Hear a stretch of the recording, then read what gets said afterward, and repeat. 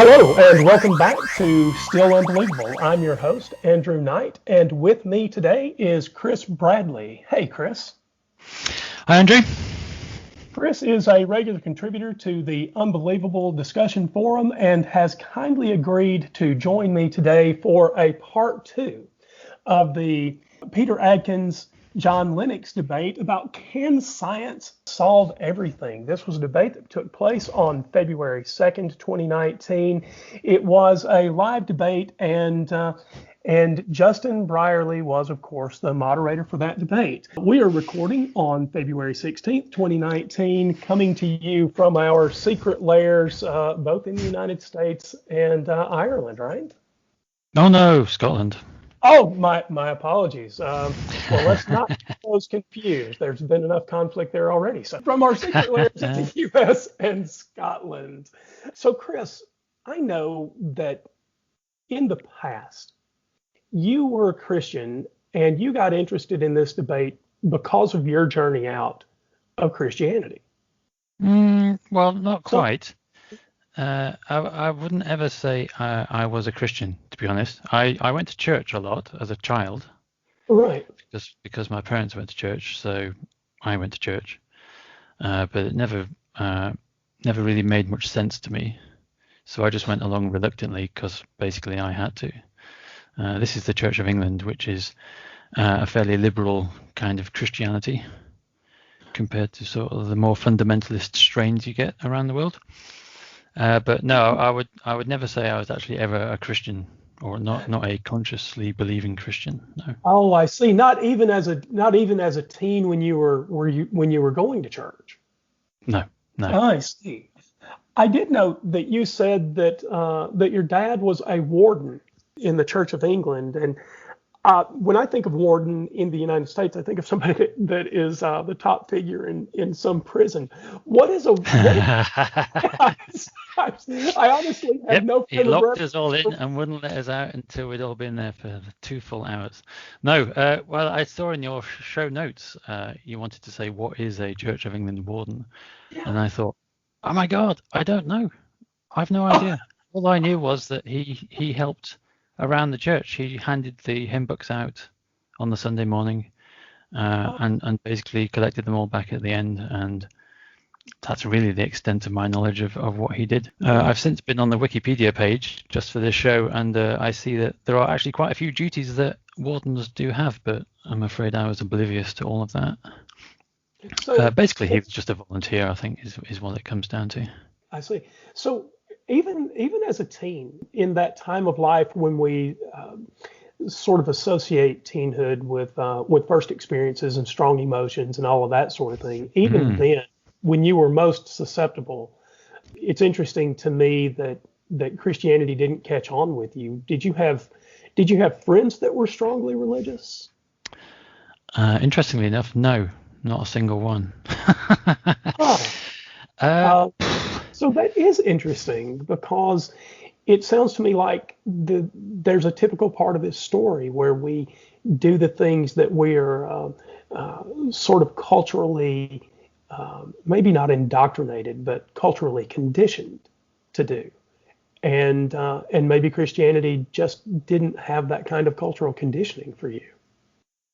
Yes, probably. I mean, like I say, it's Church of England, and most church, it's kind of old school Church of England. So most of the congregation was fairly old.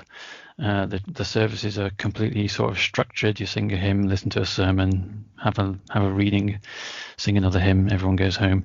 There's really not much, if you like, spiritual involvement. Much later, in my late 20s, I went to a friend's wedding, and he was religious. He was into the sort of fundamentalist happy clappy crowd, we call them here, where people wave their arms in the congregation, and that sort of thing happens during the service. And it was the first time I'd ever been to such a service, and I have to say I was quite impressed. Really? Yeah, it was. I mean, the vicar, the priest guy at the front, he was just wearing a normal suit. He didn't even have a dog collar on. And everyone was really pleased to be there and really involved. And I thought to myself, well, yeah, if this is what you're going to do, this is the way to do it. And I'm afraid none of that happened to me while I was at church. It was just a purely staid, middle of the road, sing a few hymns, listen to a sermon, and sort of go home kind of service. So not really anything there to appeal to a youngster, I don't think. And maybe the reason that so many churches are losing young people in the United States, and I know the same is true in the United Kingdom, that church attendance is down, and churches are making an attempt at this point to re-gear their approaches to young people, because this younger generation, the millennials and the maybe even the sort of iPhone generation, the I generation, just aren't impressed with that sort of religious tradition. And if the churches around don't do something about it, they will have lost this generation entirely. So it seems to be that there's a lot of conversation around that. When you went, I read in the run-up to the show that before your, or maybe when you were in college, you read The Blind Watchmaker, and that had quite an impact on you. Yes, it was actually after college, so I was working by then. I generally didn't give God or religion a second thought. I'd left it behind in my teen years. It was just like an interesting concept. Maybe there had been a Jesus, maybe there is a God, who knows, who cares. It wasn't something that particularly bothered me or interested me. And then just by chance, I came across The Blind Watchmaker by Dawkins. I'd never heard of him before. I just read it. It's basically a book that explains evolution. And obviously, as people might know, it's written with a slight anti-religion slant. Yeah. Yes. So I read that, and Dawkins is a phenomenal writer, whether you accept his views on religion or not. So it's an immensely enjoyable book. And it basically instructed me on how evolution works. And the main take-home message is there's a completely naturalistic explanation for how it works. No God required. And that was the main message. If there's no God required for explaining how man arrives on the scene, mankind that is, then that's a fairly devastating argument against God, as far as I can tell. I agree, and it seems to me that one of the key themes and one of the things that separates Christians and skeptics, or indeed the religious and those that are skeptical of religion, is one of the central themes of the Watchmaker implicitly, which is what we consider good evidence. And so when you and I talked about doing this particular show together, one of the things that you expressed about your willingness to talk on this topic between Atkins and John Lennox had to do with the nature of evidence. And so it seems to me that implicitly you're saying that The Blind Watchmaker appealed to you as being credible in regard to the evidence that it presented for evolution and how humans arrived on the scene. Yes, I mean, evidence is related to mechanisms. So that if you're going to say that something was caused by something else, then if you can show that a mechanism exists between A and B, such that there is a causal mechanism along the way, or something which is plausibly a mechanism, then that makes your evidence look much better than if all you can say is, I propose this, and it sort of does this unexplained thing in the middle, and you get that. And in The Blind Watchmaker, for example, Dawkins makes the point that DNA, which lies at the root of all living things on the planet, every single living thing on the planet, from mushrooms to chimpanzees, is all controlled by the same DNA. It's not the same kind of mechanism, and it's different DNAs in each sort of species. It's all exactly the same DNA, just in different combinations. It's like if you had every computer operating system or silicon chip that had ever been invented, all working on exactly the same structure and the same basis, which obviously it isn't. There's thousands of different operating systems and ways that silicon operates.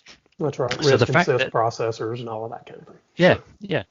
and for good reason. But the fact that all living things on the planet use exactly the same DNA is absolutely startling, particularly to someone from an engineering background, such as myself. You think, wow, that obviously means something. That's quite an important piece of evidence that we are all related. There is an evolutionary trail leading right back to the start. There's no discontinuity or anything like that along the way. So is it fair to say that as we get further into the conversation today, you think that Lennox hasn't been entirely honest about evidence, or at least I think what you and I would agree is properly formed evidence? Yes, that's exactly right. He in almost every other sentence, he claims he's operating as a scientist and is intrinsically interested in the evidence. And then in the next breath, he'll say something like, the resurrection definitely happened because it says so in this book.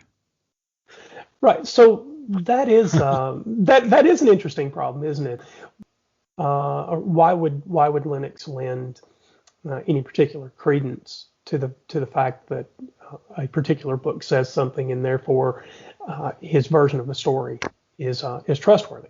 Right. So there's clearly a couple of different views on this. The Blind Watchmaker is one, and Lennox has another. So I guess we're actually going to take an opportunity between us to try to unpeel the layers of Atkins versus Lennox and try to establish where the credibility lies between the two of them. Moving right into the debate, if you're ready for that. Yeah, sure. Okay, so moving right into the debate, the very first question we have is, can science explain everything? So this is sort of the setup for the debate, right? Yes. And as someone with an engineering background, what is your view? Can science explain everything? Well, as the protagonists agreed, it depends on what you mean by explain and everything. But I appreciated Atkins's response, which was the non-political one, and I basically agree with him. And the answer is yes.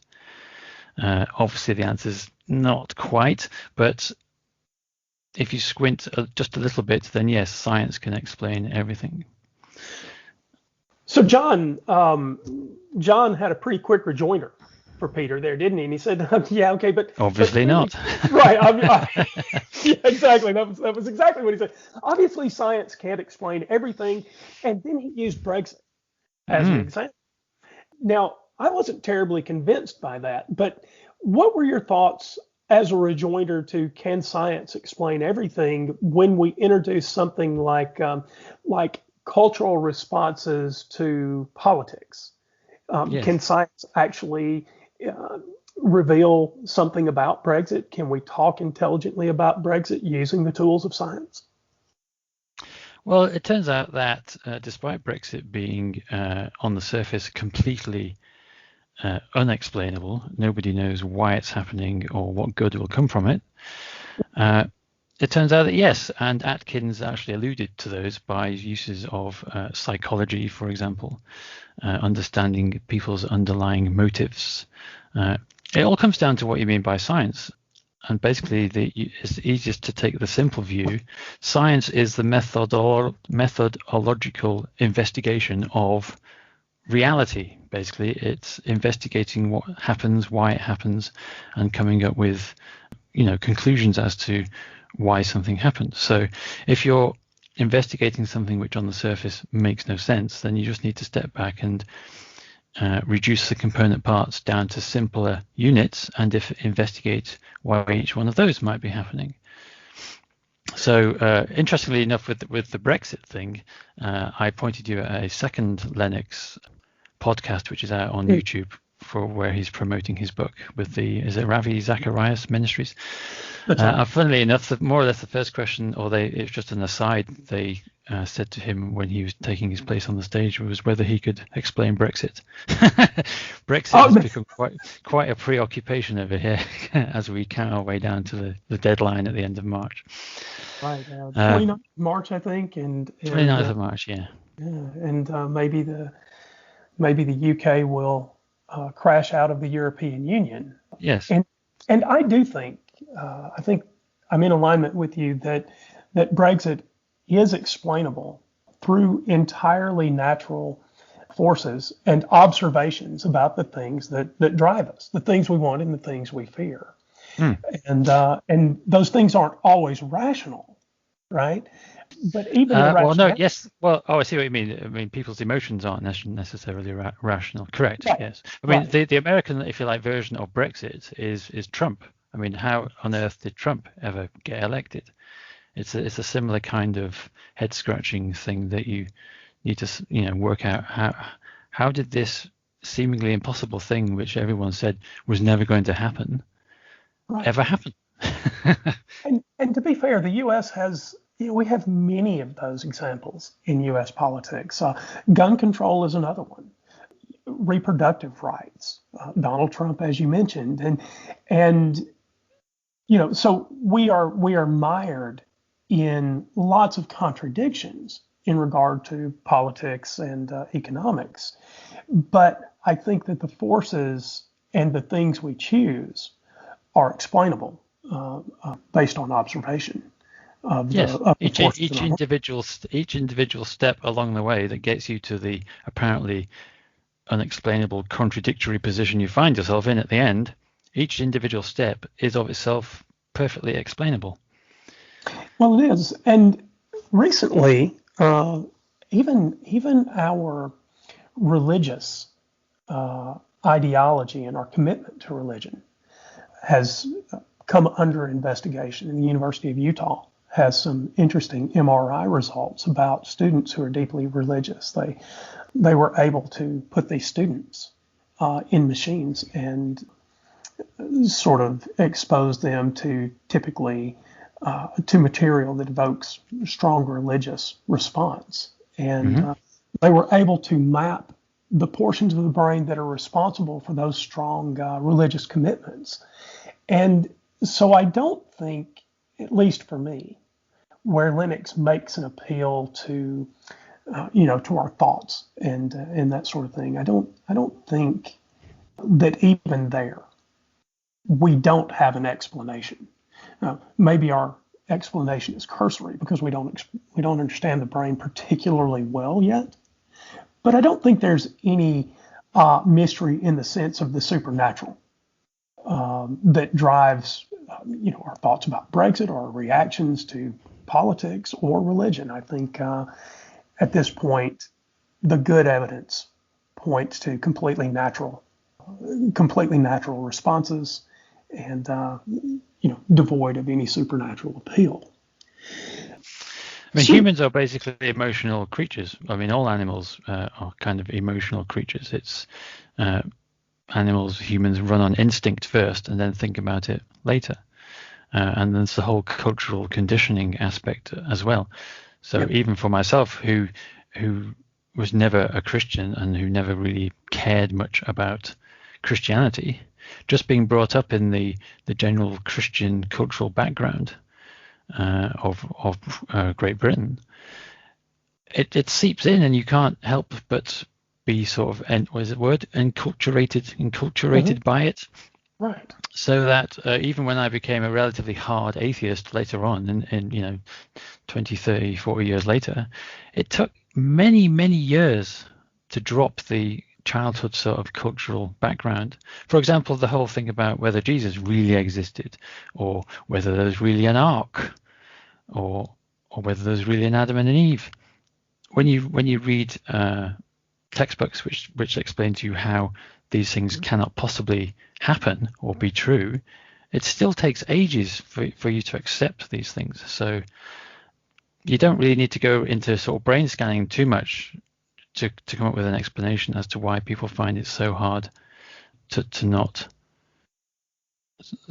drop these sort of superstitious beliefs. It's just what's been drummed into people and what comes naturally. So that's actually very slightly tangentially, but I think importantly to the debate, brings up the central theme that John Lennox is really committed to, and that's the notion of the birth, life, death, and resurrection of Jesus. Mm-hmm. And one of the things that we've discussed from time to time is whether that story can be trusted historically, right? John Lennox certainly thought that it could be trusted historically, and it was a key theme with Atkins. So you talked about, the story of the Ark and that kind of thing, and the sort of cultural acceptance that we have around these Bible stories. But what do you think? Why do you think Lennox has the commitment that he has to this? I don't know. Obviously, he trades quite strongly on him being a university professor, and therefore he should know better. If he believes in Jesus, then you can take his word for it because he's a man of science, etc., etc. It's hard to know because I can only assume it is his cultural upbringing, much as he tries to deny it, and much as he pretends that he's spent his whole life looking or exposing his faith to opposite viewpoints and sort of testing it. Clearly he never has really tested it, because nothing he came out with during the lecture indicates that he's ever seriously tested it.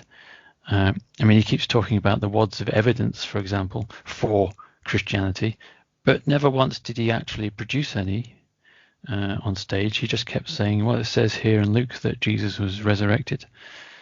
I'm afraid that that's not, even if that were a historical document, which is clearly not, he's still talking about a magical event, and magical events are of necessity not history. Historians don't even accept magical events as part of the history, because the magical events are two a penny in ancient history. There's ancient history full of magical events. Julius Caesar did magical things. All the Roman emperors became gods after death, for example. I can't remember who it was now. It was one of the emperors during the period of Jesus or just afterwards who performed his own miracles, and he was able to heal people. Historians just smile to themselves when they see this and just sort of discount it. Clearly, it's basically embellishment by the original authors. They're sexing up the story. So I think there is a reasonable question there to be asked. How can any account of history ever prove that a supernatural event took place? They certainly can record that a person or group of people thought some event broke the laws of nature. But yes, how history would ever verify that was the case would lead us to a scientific inquiry, would it not? Where we have to be able to prove that there was some law of nature was broken, and how would we do that, right? So yes, exactly right. You basically anything that happened in history you can't prove. That's just kind of a given, because it's already happened, and if it's far enough long ago, like 2,000 years, before you even had most of the population able to read and write or even record stuff, you can't ever go back and prove it. But you could begin to put a case together if you had some kind of corroborating evidence, or some physical evidence, for example. For example, people try to claim that no one knows really whether Alexander the Great ever existed, except that there's one or two towns called Alexandria here and there, for example.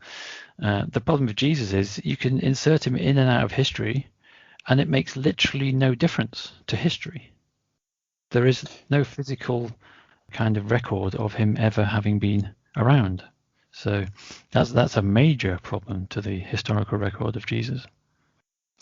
I agree. So do we have some other problems with Lennox's claim? It seems to me that somewhere along the line he made the claim that that God made this universe, an appeal to the Genesis account, right? Yes, I was quite surprised at that because you don't expect history professors to come out on the side of the sort of simple-minded, literal Bible reading Christianity. God made the earth. God made Adam and Eve. I mean, seriously? Right. We don't have, at least as far as I could tell, between John and Peter, any credible defense of John's faith, as it related to supernatural claims. But I thought there was another interesting, a sort of interesting byplay between them, because John asked, sort of rhetorically, of the audience in discussing his atheist colleagues, whether we could trust unguided processes. And in that particular case, he was talking about the human mind. Could we trust the brain if it came out of unguided process? Yes. And this was his sort of throwback to Peter after saying, but we can trust the evidence of the Bible for the resurrection of Jesus, but can we trust an unguided process? So what were your thoughts? Can we trust unguided process? Well, yes, but it depends how the unguidedness of the process occurred. If you assume it's all molecules in motion, which is a favorite Christian sort of response, you have to look at what the molecules did. And clearly over the millennia and millions of years, the organisms which have evolved to live, as in to carry on reproducing and going on to the next generation. And they've done that by staying alive, by making decisions, or decisions might be too high level a word for, say, low level creatures, but eventually brains have evolved, or higher functioning brains have evolved. They're able to make decisions whether to move into the light or the dark, depending on whether a predator has been seen, or responding to inputs from ears, as to whether a predator might be chasing them. So basic decision making and accrual of higher level functions over time. So what you end up with is the mindless process of evolution, just by the fact that it creates organisms which reproduce into the next generation, i.e. are therefore successful at responding to what their brains have decided for them. That's it's as simple as that. The process creates, it's a self-creating mind process as you go through evolution. If it didn't work, then whatever organism decided to move into the light when it thought a predator was nearby got eaten. And therefore, those sort of organisms with brains which made those sort of wrong decisions just die out. So it's almost like a self-explanatory process. So why someone might come up with the notion that an unguided process cannot possibly produce something which can think rationally seems to be irrational. So it seemed to me that there was another problem with John's suggestion that we can't trust unguided process. And that was the implicit claim that we can trust guided processes. And I didn't think that necessarily followed. Just a couple of minutes before in the debate, John used an analogy about adding money to a drawer in a hotel room on successive nights, and each night when you open the drawer, you discover that you've got the money that you had the night before and whatever you're adding to it at the moment. And then at some point in the future, you open the drawer and some of the money's gone, right? And so clearly somebody came and took some of the money, right? Well, we had this sort of guided process, right, where you're adding money to the drawer and adding money to the drawer, and even in the guided process, things can go badly wrong because some other intelligence can come around and take part of your money. And but while that's rather trivial, it did seem to me that the claim that we couldn't trust natural process was a faulty claim, or at least to claim that conscious guided process was somehow better seemed to me to be faulty, because we trust natural guided process, or that process that does not use consciousness as a guide. It seems to me that we trust those every day. Well, I think they're slightly different things. If you've got something which is a consciously guided process, then it's reasonable to infer that, yes, you can kind of trust that as long as you understand that it's working, rationally and it makes sense. I mean, most people, I would have thought, during their daily lives follow consciously guided processes, making their cup of tea or opening their hotel drawers to check whether there's still £200 in them. But the claim that it's impossible to make a self-guiding brain, if you like, or even being able to make the claim that you can even start to do science and start to think if you believe that your brain is merely an end product of evolution, that's just false. It's just a non sequitur.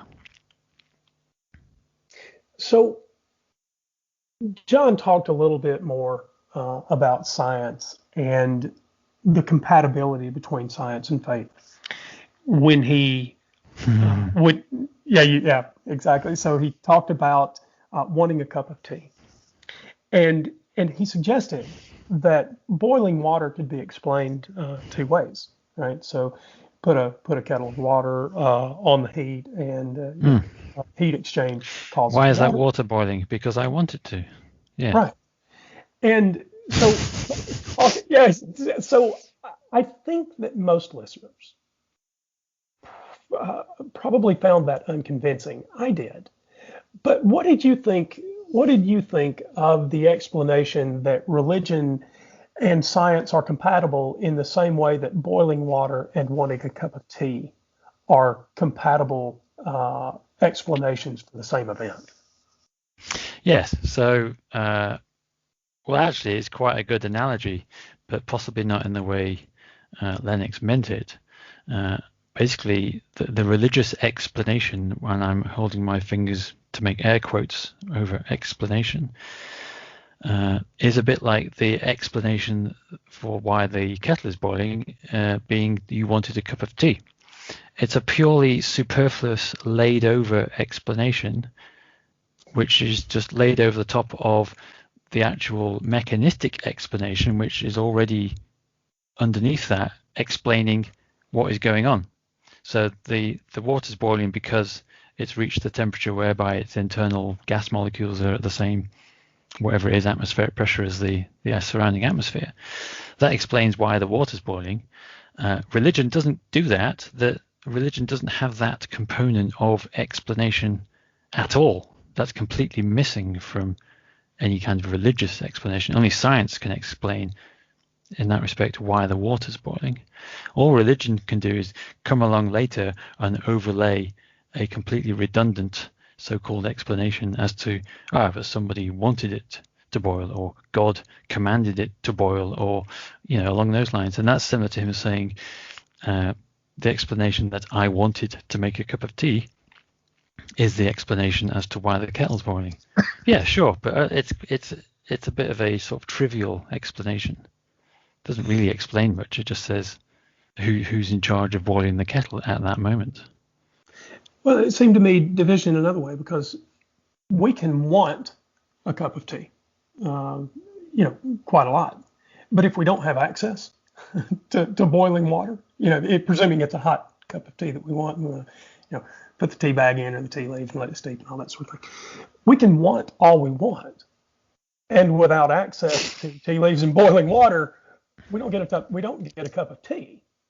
And so I was not convinced that they were complementary in that way, because simply wanting the cup of tea didn't in any tangible sense make the water boil.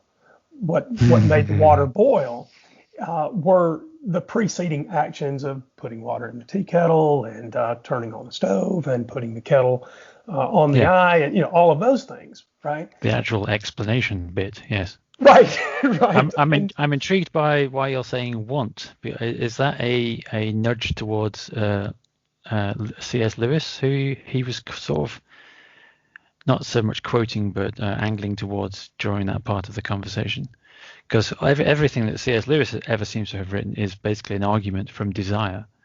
God exists because I want him to exist is kind of what I take from C.S. Lewis. It's all an argument from wanting it to be true, therefore it must be true.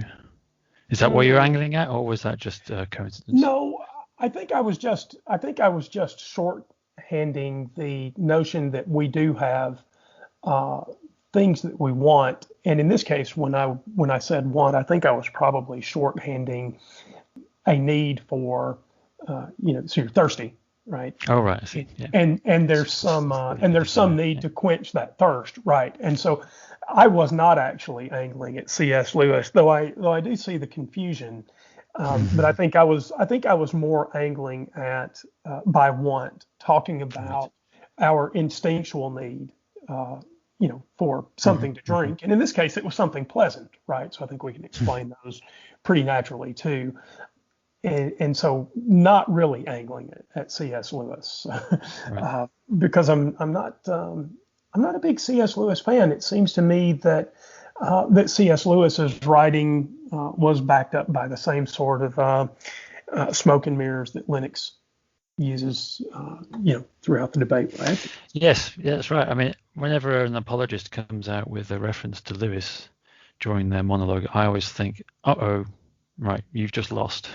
You've just invoked C.S. Lewis, therefore you really have no idea what an argument is or what evidence means.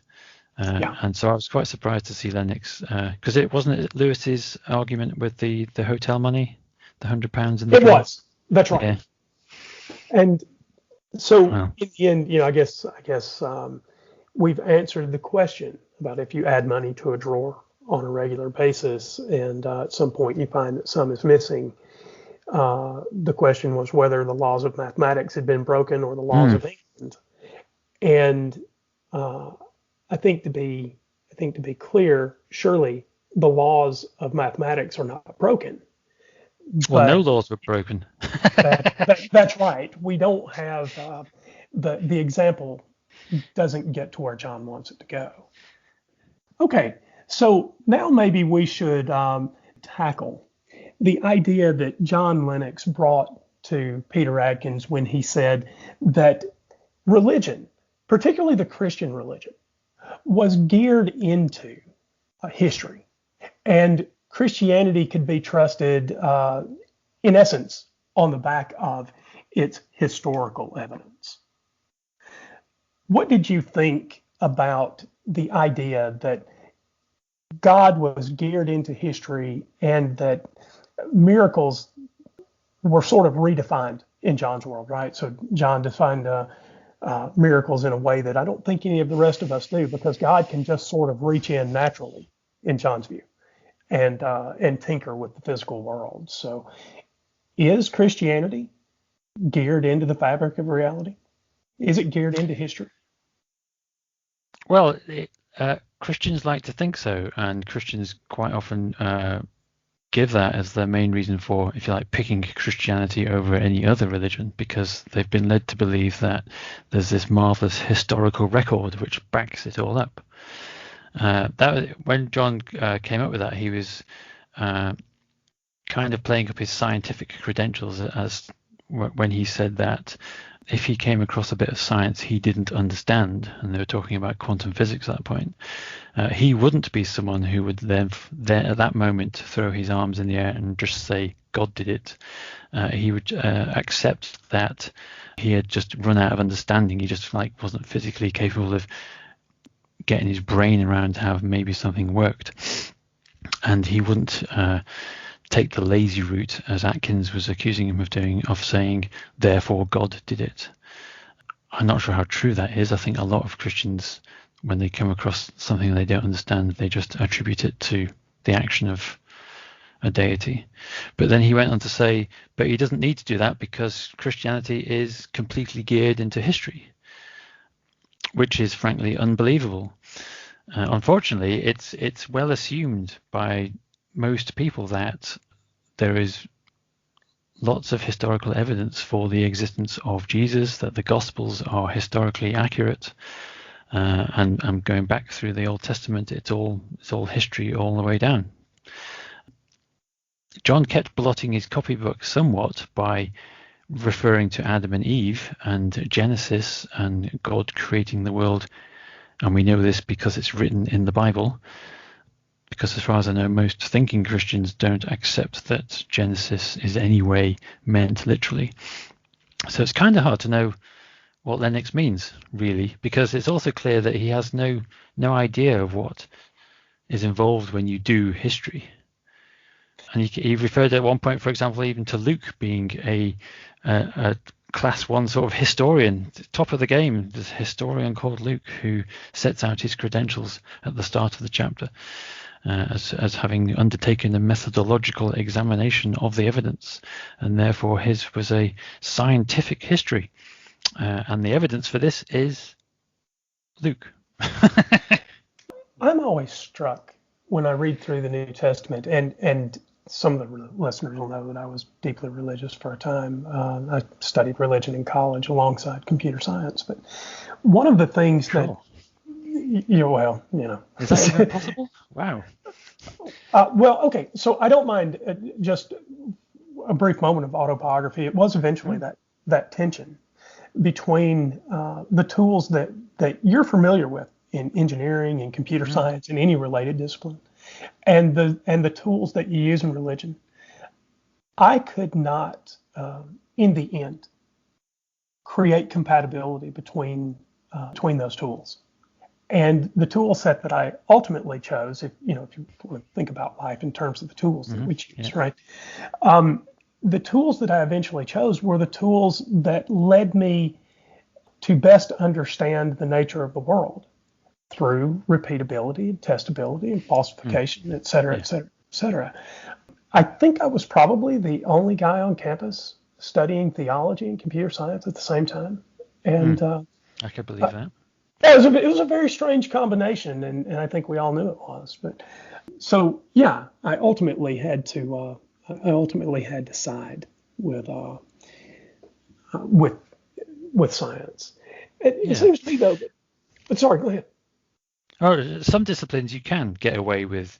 They sound really opposite, and it depends exactly how they contradict. I mean, you do get young Earth geologists here and there, or you do get geneticists who don't believe in evolution.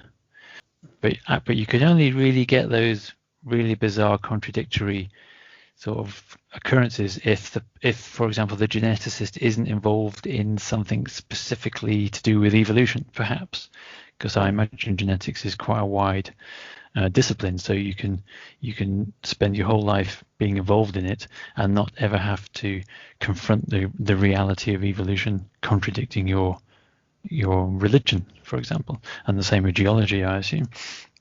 So it could have been possible with studying computer science and religion at the same time. I guess there would have been a way, but at some point, I mean, what I always used to wonder about was what's going to happen the day when science comes up with properly developed AI. So they've invented a thinking machine that can actually think and have opinions and is, to all intents and purposes, self-aware. What happens when it becomes religious? That machine. Surely that's then kind of game over for the world's religions. If a machine can just arbitrarily become religious, does that not just show that maybe we're all just barking up the wrong tree? I think it does, but I think the problem that we will always face in trying to deconstruct the foundation of religion is what I've occasionally referred to as the gap of the outside. So I think there have been a lot of points in history where we should have waved the white flag and said religion is it's untenable, it is not entirely rational, and we need to discard it. Some of those places were evolution. The Big Bang. I don't think that argues for a God. Maybe we'll get into that in a second when we talk about nothing, right? And all of the claims, since we're talking about Christianity here, all of the claims of Christianity about being that John made about being geared into history are the same claims that other religions make every day. Yes. Surely the devotees of Islam think that the history of Muhammad is proof, and it's geared into the fabric of the world, and that's why it's believable. New Age spiritualists that believe in the idea of synchronicity or healing magnets or intentionality or whatever that whatever they happen to be talking about at the time, they think that those things are proof of a benevolent universe that's geared toward our well-being. Not Muslims, the Mormons think that Joseph Smith's trek onto the mountain and the new tablets of gold and all that, they think that's geared into the history of the world. And these Well, things, actually, and it's often said with regard to Joe Smith and Mormonism, that actually is geared. If you wanted to point at the history of your religion and say, look here, this is real history, therefore it must be true. Mormonism is your go-to religion because it's pretty new. It's like early 1800s, 1820s, around about then. that's right. It's pretty well documented. We know all the people who were involved. People have signed their affidavits at the front end of the Mormon Bible to say that they all witnessed the angel Moroni and all the golden plates. We know who these guys were. We've got their sort of signatures. Obviously, it's not true, but there's your historical record declaring it's true, and you know who all the people involved were, which is completely not the case for Christianity. We have no idea who wrote the Gospels. And we also know they weren't eyewitnesses. They don't even claim to be eyewitnesses. Different from how John Lennox was trying to represent them. He actually challenged Atkins at one point to prove to him that the gospel writers weren't who they said they were, or words to that effect. Well, Right. they didn't claim to say who they were. We have no idea who wrote the Gospels. The names of the Gospels are just added on later on as a way of conveniently sort of filing them within the New Testament. If coming back to the thing about history, though, one of the claims that Christianity makes about the historical claims is that much of it is presaged in the Old Testament, and much of what happened to Jesus is a manifestation of all the prophecies given in various places in the Old Testament. Therefore, it must be true, which on the surface sounds kind of convincing until you realize that the people are saying all this history in the Old Testament was predicting the future. And because it turned out to happen in the future in the way it was predicted, if you really squint hard enough, it therefore must be true. Game over. Slam dunk. That's history for you. Therefore, without realizing that actually people can't see into the future, therefore prophecy is not a thing. And isn't it much more likely that the writers of the Gospels took all those stories in the Old Testament and basically wrote the New Testament based on them? I think it is. It's much more likely that that's how it went down. Yeah, I do too. And some of these prophecies that are dependent on, there are a lot of problems with Old Testament prophecy, but I think my biggest criticism of Old Testament prophecy is just read them and see if you think they're actually specific. It seems to me that the great failure of religious prophecy is its lack of specificity. So if you make a claim that at some point in the future there will be 3 great kingdoms that fall, and then in the 4th kingdom there will be a ruler that that reunites the kingdoms, etc. That kind. Really suitably vague. Yeah. Very, very, very vague, and there's a lot of mental gymnastics that goes along. Oh yeah, of course. And even when you find that there might be some cognate with that which involves 4 kingdoms, then the argument just goes along. Well, they said 3, but they meant 4. Therefore, that prophecy is true. It's just Right. ridiculous.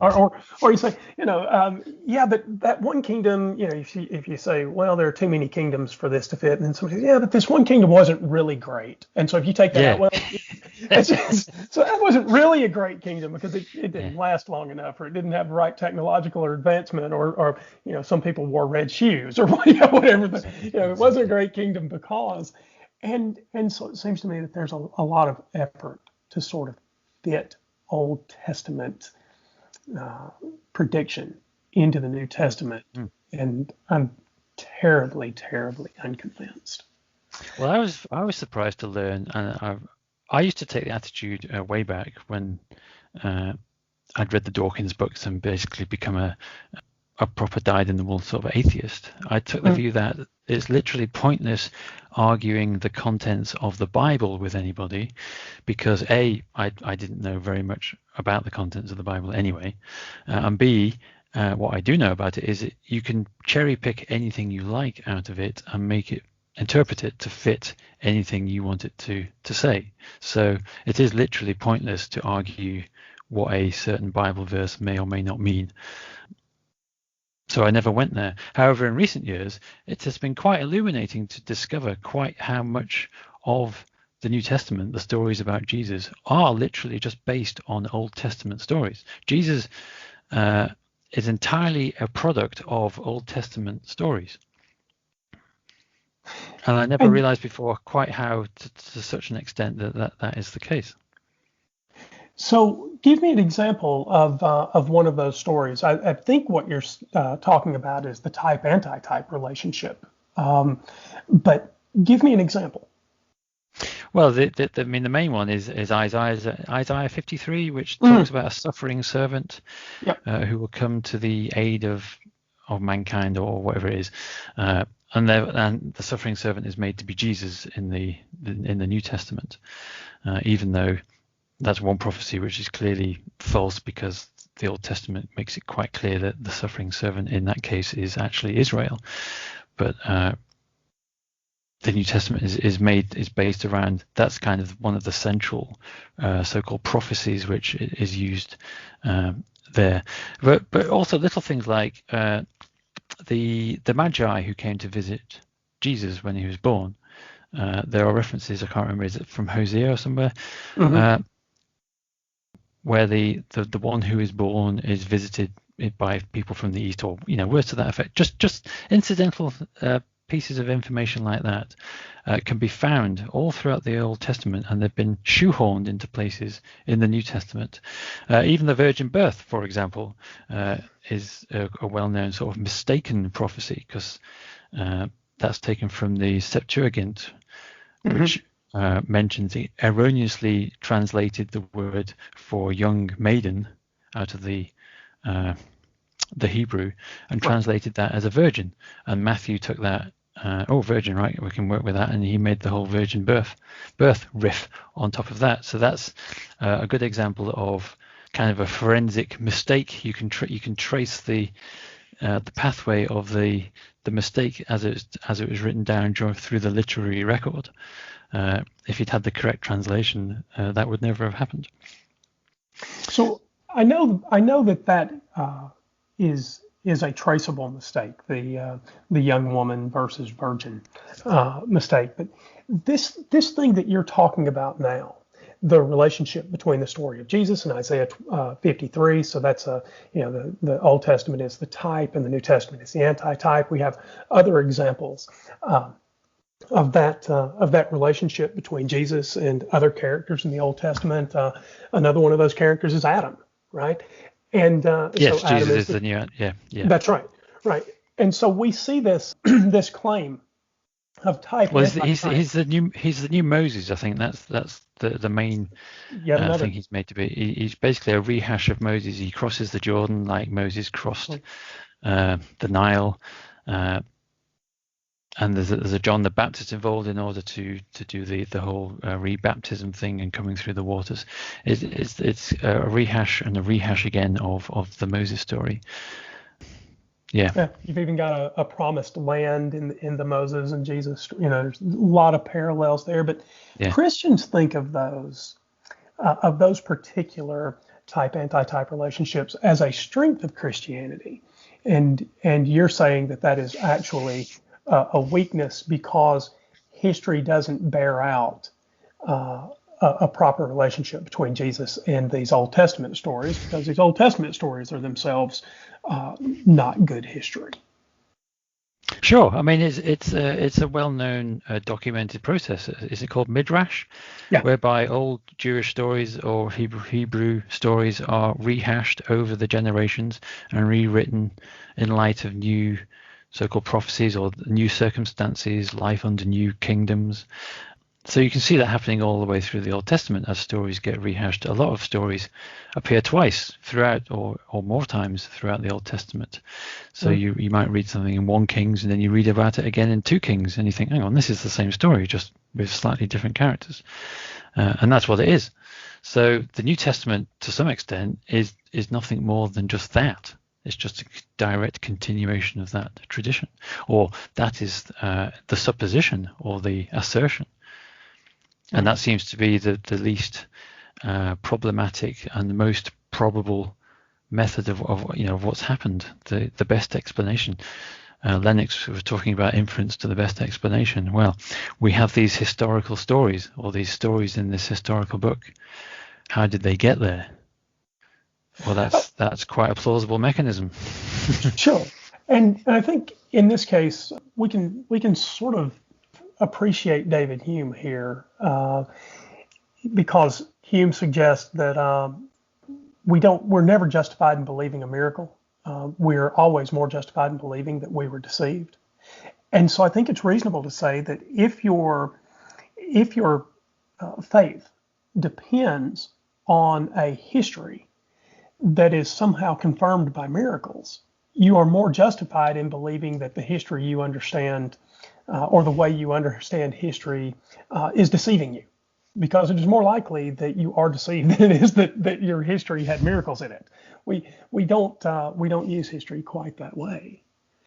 So the next thing that Lennox did that I thought was a typical preacher appeal, right? Rather than making a scientific claim. We're getting down close to the end of the debate here. We're at sort of 48-minute mark. Mm-hmm. Yeah. Oh, yeah. So tell us a little bit about that. Well, he mentioned that the rock in his life was that he wanted a worldview, or he wants a worldview that makes sense of life, which is tantamount to saying, look around you, the evidence for God is all around you. How else do you think it got here? The only thing that makes any kind of sense on how the world is even here is God must have made it. That just makes sense. And he made the claim that the DNA is a large word and is evidence that we live in a word-based universe. In the beginning was the Word, and all things were made by him. Which is a remarkable thing for a scientific university professor to say. And what does it even mean? In the beginning was the Word. That's poetry. It's not meant to mean anything literally. And yet here he is saying that DNA is a word. Therefore, that rings true. That matches what's written in the Bible. Therefore, it must be Christianity. Well, and in John chapter 1, in the beginning was the Word was with God, the Word wasn't. We're talking about supposedly this is about Jesus. This is about Christ prior to the foundation of the world, right? And so so this is bad poetry on Lennox's part if he's actually saying that DNA is a word, because are you really saying that prior to the foundation of the world Jesus was DNA, or that DNA is somehow analogous to this Jesus who maybe spoke the world into existence? I actually didn't get the parallel at all.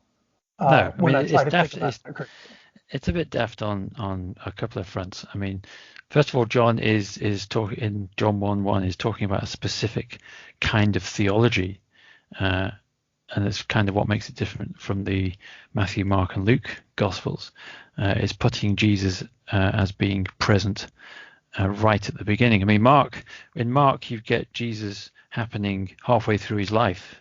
Mark kind of opens with Jesus being baptized by John the Baptist.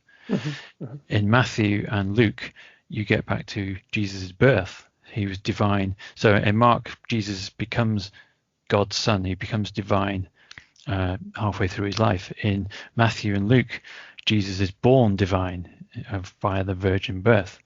And in John, Jesus was always divine, even before he was born, as in he was divine right from the year dot.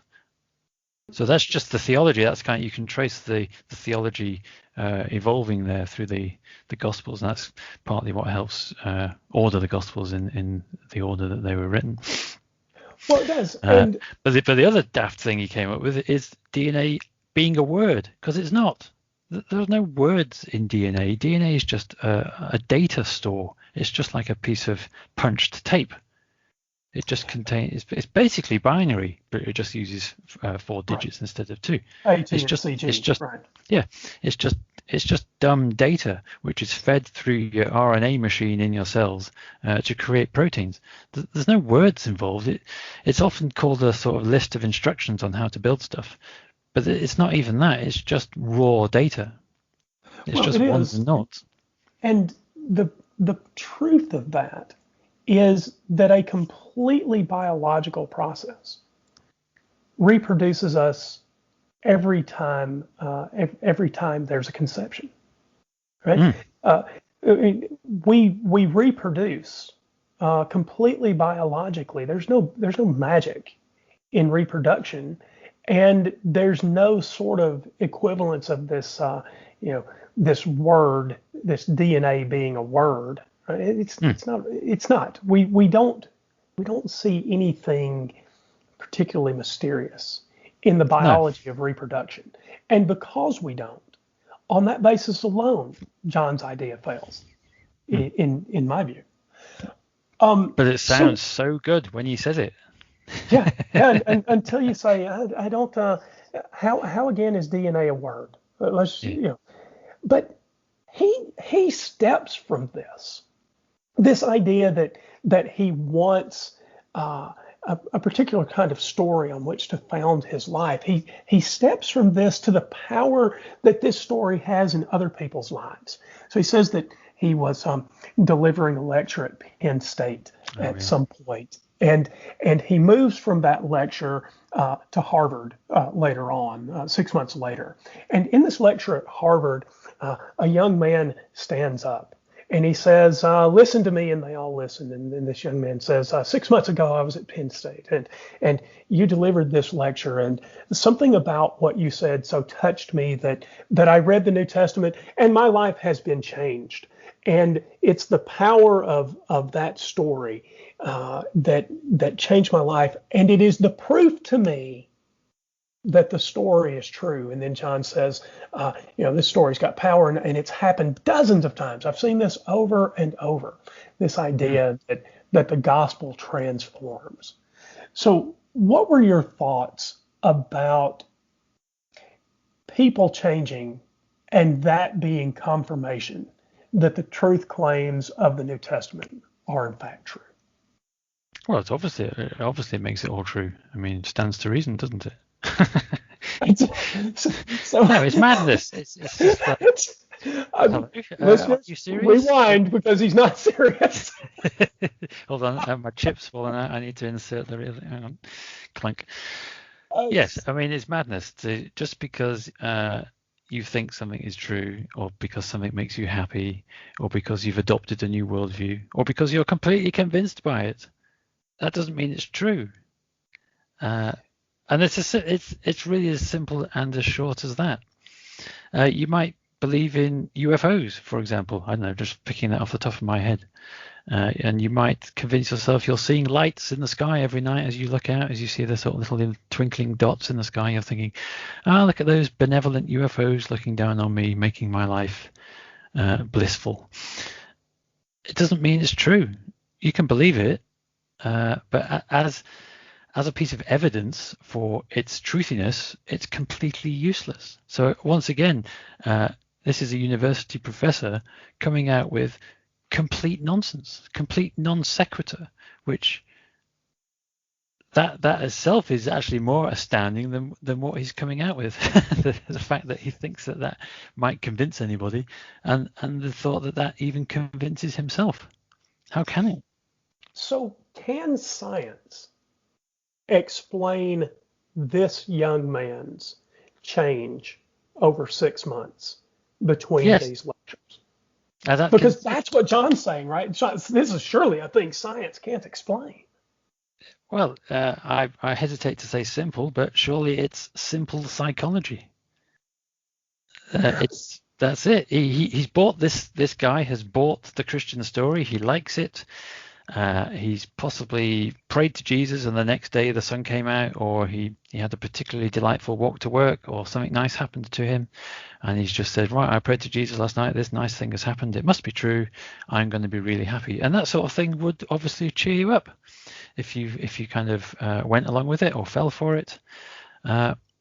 Great if you can pull that off, but there is no causal mechanism. Again, it makes you cannot get from A to B. You can just say, here's A and here's B, and I'm going to pretend that God got me from A to B, and you can't. There's nothing there. Well, and it seems to me that John's worldview is counting the hits and ignoring the misses. Yes, exactly. Yeah.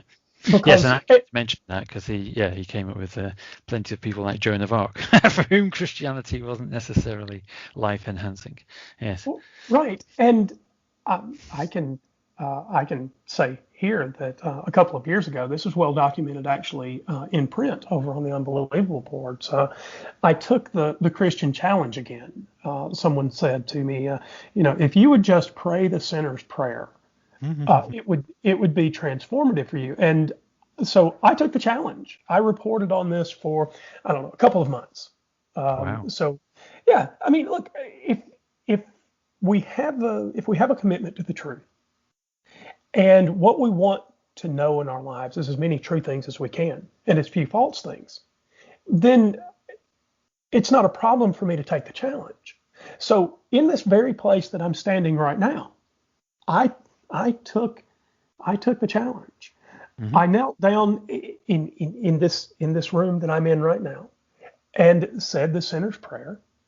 I think honestly, right? I mean, so now you just have to sort of accept my own internal report, right? So this is tricky. Yeah.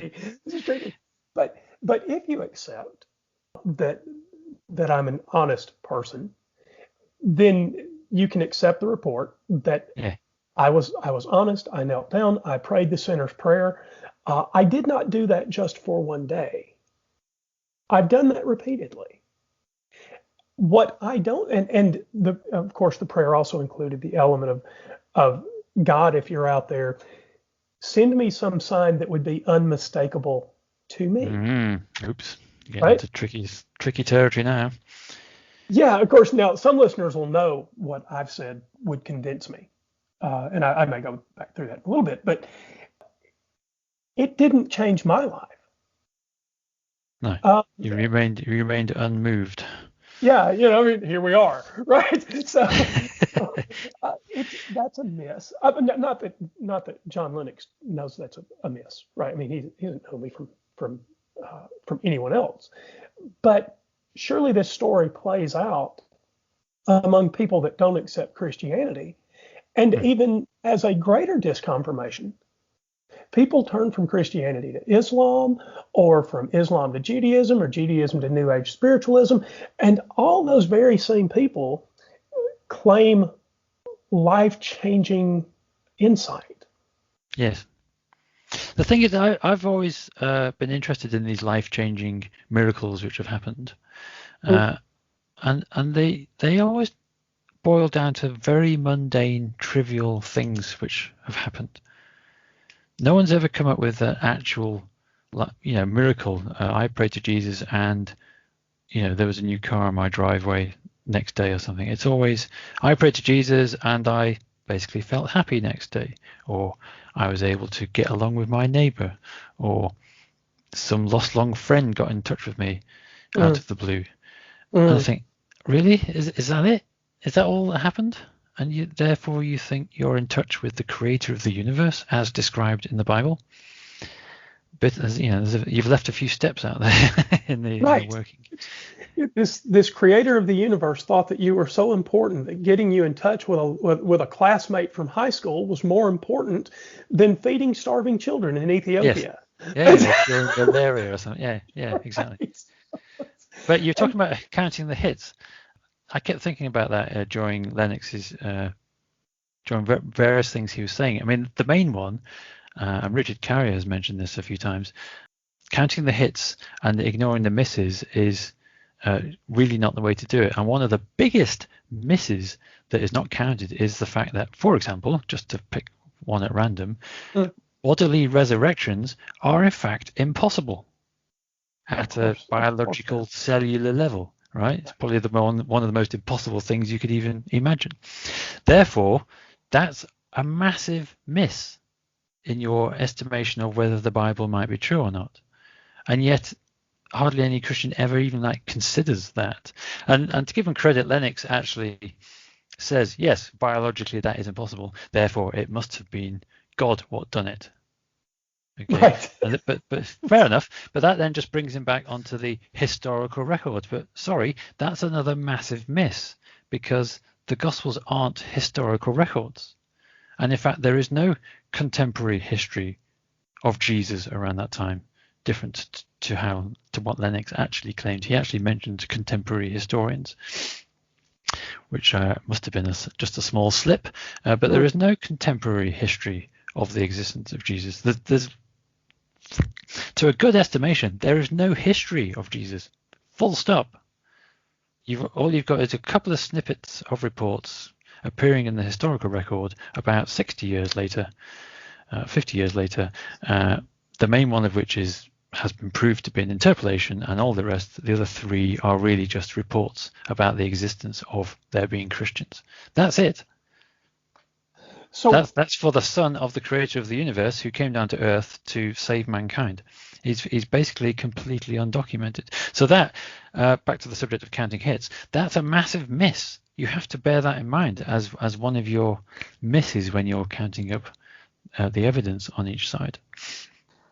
I am, as a person who writes code for a living, as a person who designs software and spends his life in pursuit of things that are fairly orderly. One of the things that frustrates you should see the software I write.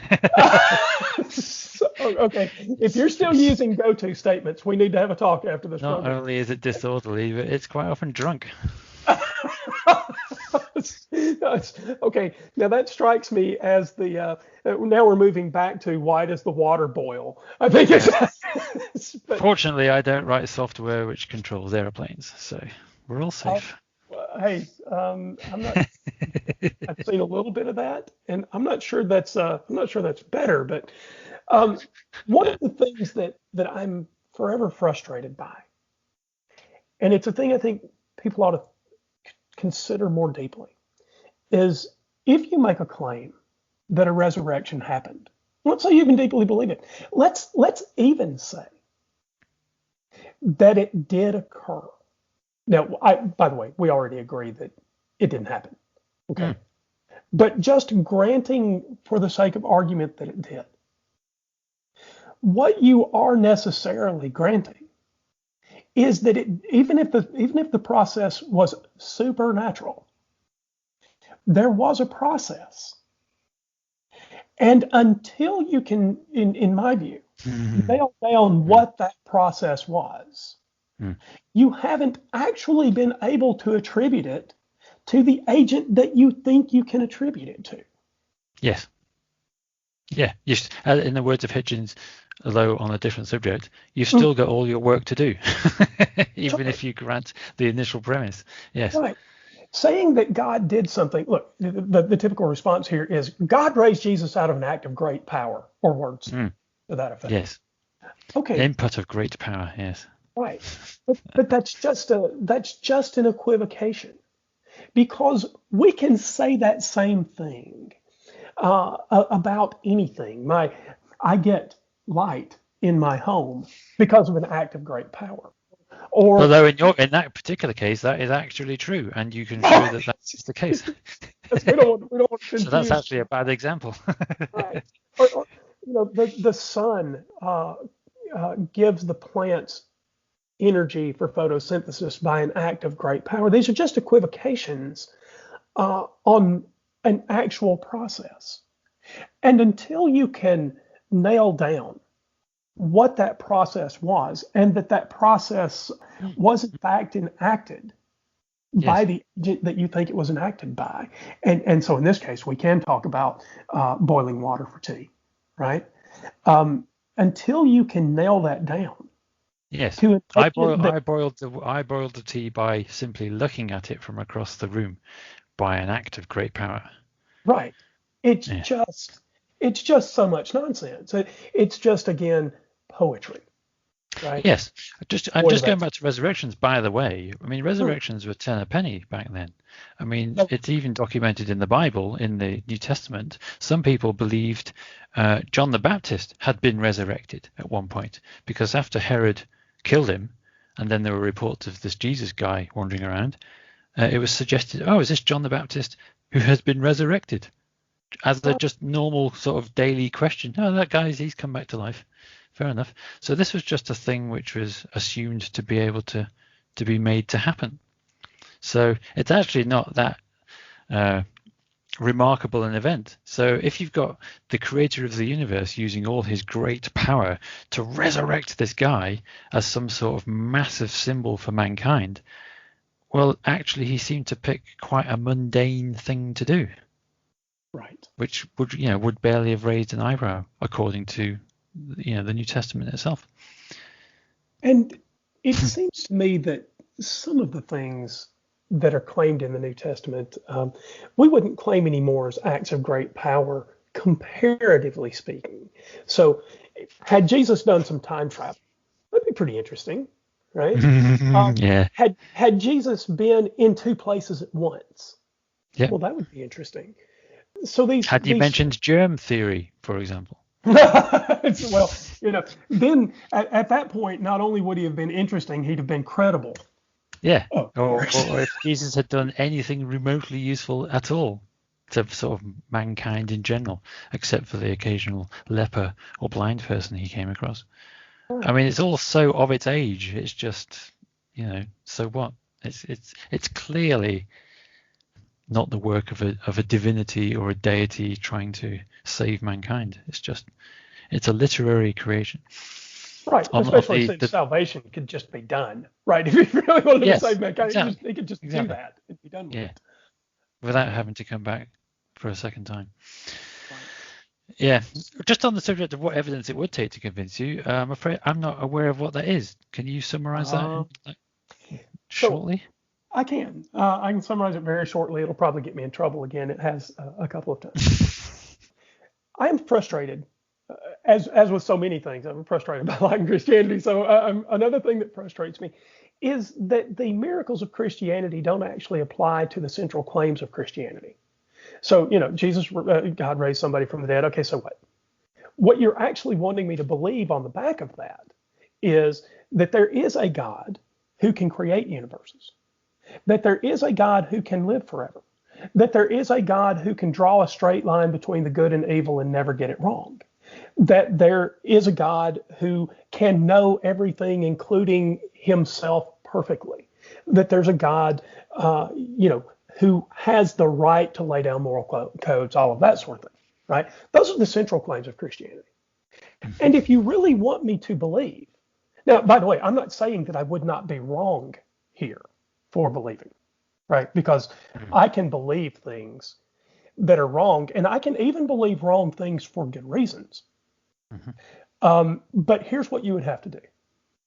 You would have to demonstrate the fundamental claims of Christianity. You'd have to demonstrate to me that there is a capacity to live forever, whatever that might mean. I have no idea Yeah. what it actually means, to be fair. I don't know how you would demonstrate that, but you would have to demonstrate it. You would have to demonstrate to me that it was possible to have the capacity to rightly divide all people perfectly so that the good and the evil are properly separated. What would that mean? That would mean opening up the books of life for my examination, however long that might take, and opening up your own ideas to my scrutiny, right? In this case, we're talking about a God that would allow me to be in conversation with him. You'd have to demonstrate those kinds of things. Now, could you deceive me? The answer is absolutely yes. I could still be deceived and I could be wrong. But at least then what you've done is given me the ability to falsify the central claims. Yeah, you've made a start at least. Yeah. Right. And until those starts are made, I'm sorry, listeners, I'm a non-starter. So maybe I would still be wrong, but I don't see anything that actually backs the central claims of Christianity. Yeah, and that's, yeah, it comes down to that. I mean, I have a similar, well, I have a small test, which similarly to yours, doesn't really get me all the way to God, necessarily, or the Christian God, but it's a good start. And it's based exactly on what Christianity claims, namely Jesus said several times that he would answer people's prayers. That is, after all, why most people pray to him, or most Christians pray to him. So my challenge is, right, pray to Jesus to help you deal this shuffled deck of cards in the right order. Deal out the 52 cards in numerical and suit order after you've prayed to Jesus. In other words, get Jesus to do this magic trick with the deck of cards and show that can be made to happen. Now, obviously, if you were to fulfill that trick, there are various, ways I might want to disbelieve how you've done that. It could be a magic trick. You might be a magician. It could be a special deck, blah, blah, blah, blah. But I could quite easily just say, well, do it again. Do it again. Do it in a different order. So you can quite quickly reduce the possibility that there's any secret magical trick going on. So there's no reason why the ruler of the universe, the creator of the universe, couldn't magically, at the click of his fingers, magic the cards into the right order to allow this trick to be done. That's just a start. Now, obviously, the Christian comes back saying, well, God doesn't do magic tricks. Well, actually, he does. And he claims that he will if he's prayed to in good faith to make that happen. Otherwise, what is the sinner's prayer?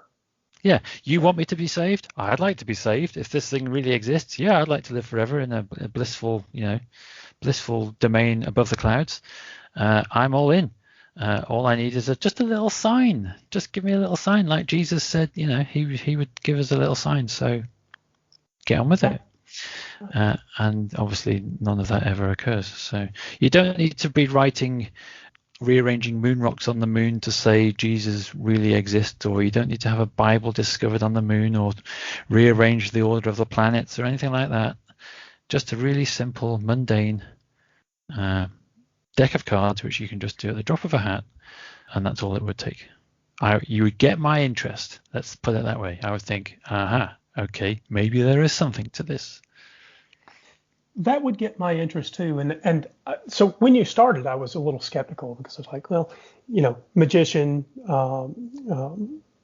trick deck of cards, all of that sort of thing. And then you appealed to the one thing that I think is most critical. And the reason I actually started going along with you, and that was repeatability and falsifiability. But I can give him another deck of cards. I can ask for the trick to be done again. We can test for various types of trickery. And then I thought, maybe that would get me started. I've said for a long time that you'd have to address the central claims of Christianity. But you might just have convinced me that there would be another way to get me started. Although I would... Yeah, your test is a much more intellectually sort of complete test, and I doff my cap to that. Mine's just a down and dirty empirical test. You make this claim, show me the claim, show me the evidence. Well, Yes, after making my initial quick and dirty sort of test, we could then move on to your kind of more global, well, show that he is, omniscient and can figure out good and evil and all that sort of stuff. Yes, that would have to then follow on later on to show that he is indeed, because it could be any god that's performing this rearrangement of the deck of cards. You've convinced me that convincing me is not a good enough standard. That he would have to convince you and other people, because it's not just my own testimony that's important if we're talking about objectivity here. And that would be a scientific examination. You would take the claims. This is a lesson to Lennox, by the way. You take the claims, and this is how you test them. You devise simple tests and see whether it stacks up. You don't just read a book of magical stories written 2,000 years ago and say, that must be true. That's not scientific at all. Right. So I thank you for that. If we hadn't talked at all, this one thing, that was an important change in mindset. So I really do thank you for that. Yes, it's the do it again bit. Just that line there. Okay, You've done that trick. Do it again, because most of the conversations around this, they only ever surround a single one-off trick, and the Christian comes back and says, but you still wouldn't believe it even if we did that. Yes, do it again. Do it again. Keep doing it to try and convince me, to show me, and that's the sort of the secret bit, which is rarely thought about, perhaps. Yeah, that's a remarkable bit of insight. It is. So there was one more point in this debate that I think intrigued both of us. And that was the discussion of what nothing could mean in terms of ex nihilo, right? What could it possibly mean to create a universe from nothing? And you pointed out in our run-up that Lennox makes a sort of peculiar and maybe sort of maybe sort of contradictory statement. Because he says the universe wasn't created from nothing, which is the ex nihilo claim, to be clear, that God spoke the universe into existence with the power of a word. But John says the universe wasn't created from nothing; it was created from something. That the fundamental, the fundamental elements of our fabric of reality are mind and spirit. Yes. So yes, he was basically making the claim that he was castigating these physicists who claim that there is this thing called nothing, and the universe came from nothing. But when you ask these physicists what they really mean by nothing, you quickly find out they actually mean something. And what is it? Is it the quantum fluctuating vacuum or something? It's a physicist's view of what is nothing. So he had a good old, he poured a bit of scorn on the notion of that nothing becoming something. At least in that case, there is an explanation, or there is a mechanism being proposed. And I think it's from Sean Carroll's YouTube video with William Lane Craig. Carroll mentioned, is it Carroll? I got the right guy. Yeah. He mentioned there are something like 17 possible theories in physics, all no doubt backed up by reams of heavy mathematics, right, as to possible plausible mechanisms, or more or less plausible, as to how a thing can come from nothing. And then there's the 18th one, which is God did it, which is the one being obviously promulgated by Lennox. So he's laughing at these physicists talking about nothing when they don't really mean nothing. And yet his whole shtick, the whole shtick of Christianity, is the universe was created from nothing by God. Okay, ignoring the fact that you have to explain how nothing became God in the first place. They completely can't see that step they're ignoring. But then he goes on to say, actually, it wasn't created out of nothing. It was created out of this thing called spirit, or spirit. So you're left thinking, oh, so your whole argument is kind of redundant anyway, because you're not even arguing that we came from nothing. You're arguing that the universe came from a thing called spirit. In the beginning, there was spirit. So anyway, I just thought that was an interesting anomaly in Lennox's thinking there. I don't understand from Lennox's perspective what the difference between spirit and mind and nothing is. I've said this before on other shows. What is spirit? If it is non-material, non-spatial, non-temporal, what is spirit? It doesn't conform to anything that I understand is something. Well, no, it's just a made-up word. You might as well say blancmange. You know, it is literally meaningless. It's a placeholder word. It's just a label. It is a word I'm going to use for a thing I literally have no understanding of, and I will pretend that that's the answer. Right. Great power is another, and not just power, mind you, but great power. I had a debate with a fellow on another podcast over on Ask an Atheist Anything about this notion of universe creating power, and he said it must take perfect power, or maximally great power to create a universe, all powerful. And I'm not sure for myself that is necessarily the case. I mean, I don't claim to have the power to create universes, but I don't necessarily know that it takes all possible power to create a universe. In fact, I don't even know what all possible power is. And so it may be that creating a universe is just a trick that we're not particularly good at yet. It may be a trick that we can never perform, but I don't know that it would take all power. And even if it took all power, even if you had this power to create universes, it seems to me to be contradictory to say that power can do things that seem to be fundamentally contradictory to each other, like creating something from nothing. Now, did the universe have a beginning? Well, I think we've got to talk about what beginning is, right? Certainly, the Big Bang is the beginning of what we think of as our three-dimensional space and time, and whatever the rest of that model is that includes other dimensions, if we ever understand what all that is. But a singularity, this thing that became the Big Bang, surely, I don't know that was nothing, right? Not in the Christian would mean. Yes, I mean, but also, I mean, Atkins gave he gave an exceedingly brief explanation of what at least one of the possibilities is, and that is we are still living in nothing.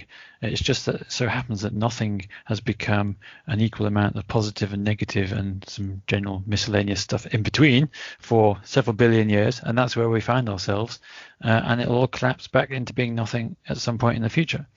So you can come up with theories, whether you believe them or not, which at least correspond with what could notionally happen in the real world without having to invoke deities and all the invocation problems that they themselves therefore invoke. I mean, the whole gamut of religion can just be dismissed by a 6-year-old.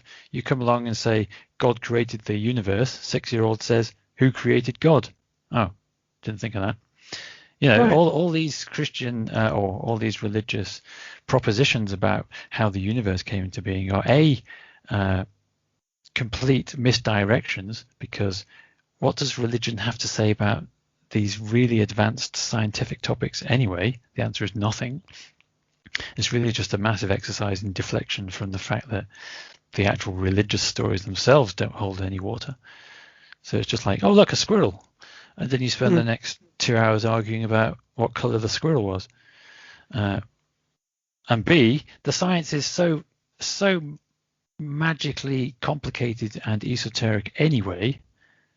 No one's going to understand it, realistically speaking. So it all just basically boils down to a philosophical argument about when I see a watch on the beach, I instinctively know that somebody created the watch. Therefore, somebody, I'm going to call this thing a somebody, created the universe, because I can't comprehend anything different.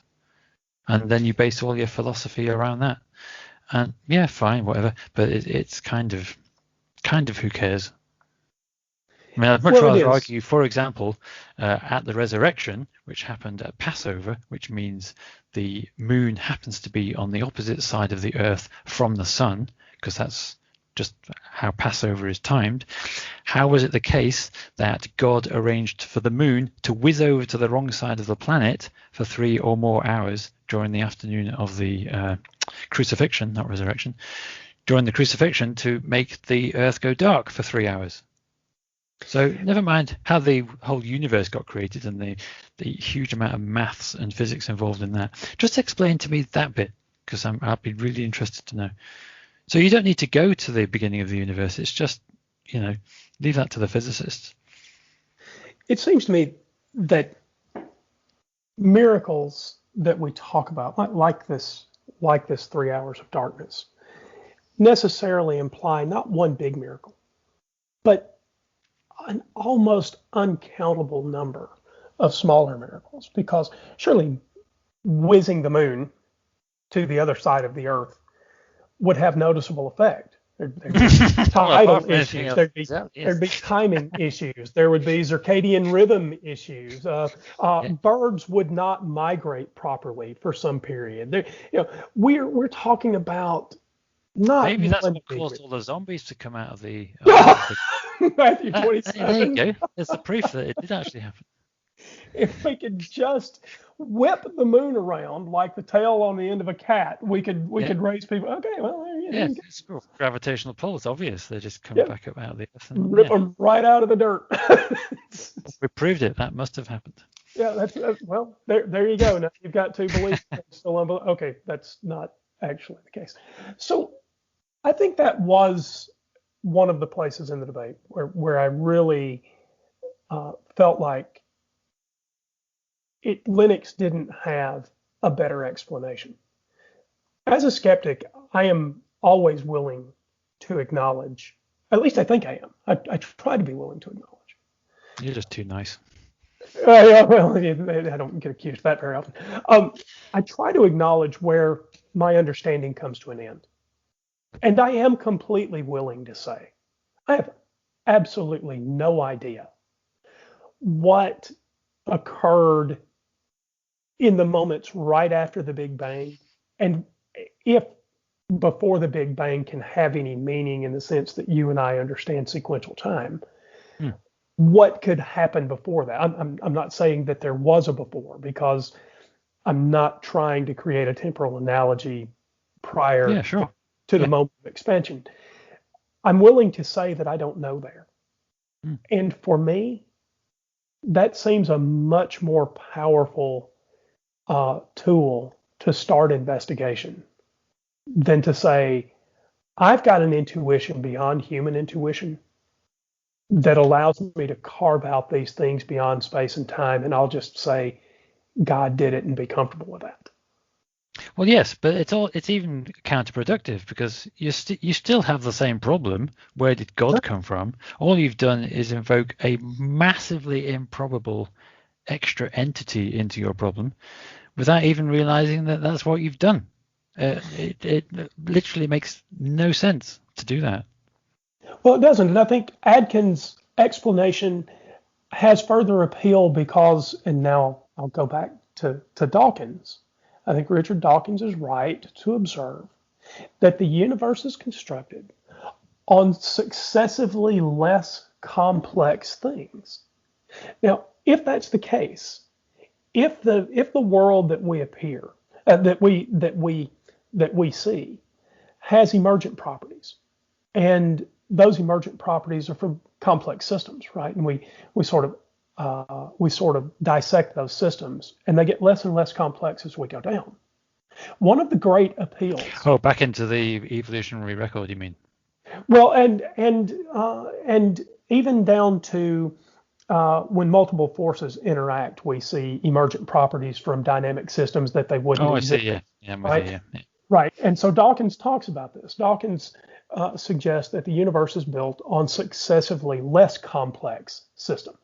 Mm-hmm. And so we have these emergent properties of incredibly complex systems, and consciousness may be one of those things. Mm-hmm. But it seems to me that one of the great powers of Atkins' explanation is that it is incredibly simple. That Yes. we're talking about a simple division of positive and negative that gets us started. Yes, and then everything else is emergent properties. Yes, one thing leads to another. Yeah. Right. And that seems to me to have an explanatory value that while we're still grappling with the fundamental physics, it has an explanatory value that this God notion doesn't have. Yes. And it's kind of backed up exquisitely. And I first learned this in Lawrence Krauss's book, that when you add up all the energy in the universe, apparently that's a thing you can do, you end up with 0 as your answer. Right. Which rather spectacularly points to, there still is nothing in the larger picture. This is just a temporary aberration of nothing. And so now, listeners, you have been with us for an almost 2-hour, still unbelievable, about nothing. What better way to have spent your time? Yeah, that's right. In the pursuit of absolutely nothing. Yeah. I would like to say that you talked about the potential mythicism of Jesus, and David Johnson. He's regular here and over on the Unbelievable boards. David is a mythicist, quite happy to just claim that territory for himself. And I think it would be interesting if the two of you got together to discuss mythicism. For myself, I found the exit in Christianity, and it wasn't because of mythicism. It wasn't because of textual criticism. It was because I couldn't make the rules that I used in computer science match the rules that I used in hermeneutics. And that led me to things like evolution that Christianity doesn't explain well. Mm-hmm. So I found an exit not through the Bible, but through trying to understand the world that we live in. I don't claim to be a particularly deft hand at understanding the world around me, but Christianity was not the way to understand it. But I think you and David would have an interesting conversation about mythicism, and everyone would like to hear that conversation. So okay. It sounds I'm, like an area I'm, I'm that you're looking interested a bit skeptically at my screen at the moment, but I'm certainly no expert at mythicism. I only know what I've read from the likes of Carrier and Doherty and people like them. But it seems to make sense to me. It seems the most likely scenario, and it seems to key into history in the most plausible manner. Yeah, I'd probably be up for that. Put me up as a sort of pending yes.